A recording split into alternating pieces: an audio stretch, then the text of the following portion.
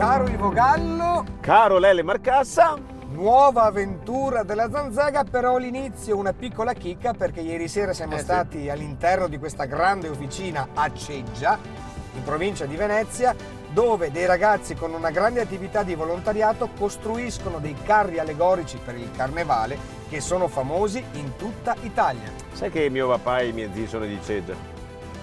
Così volevo dirlo. Ma oggi dov'è che andiamo quindi? Andiamo a Belluno e scopriamo questa città magnifica. Wow!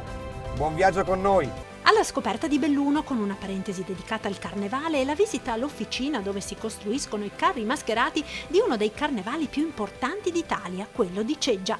Torna in prima serata l'appuntamento con la Zanzega, un viaggio emozionante nel capoluogo della montagna veneta per scoprire le bellezze di questa città, dal Duomo all'antica chiesa di Santo Stefano dove troneggiano i due angeli di Andrea Brustolon. E poi le piazze, il museo Fulcis, il paesaggio mozzafiato del Ponte della Mortis, la casa natale di Dino Buzzati e poi la gastronomia tipica e l'artigianato locale.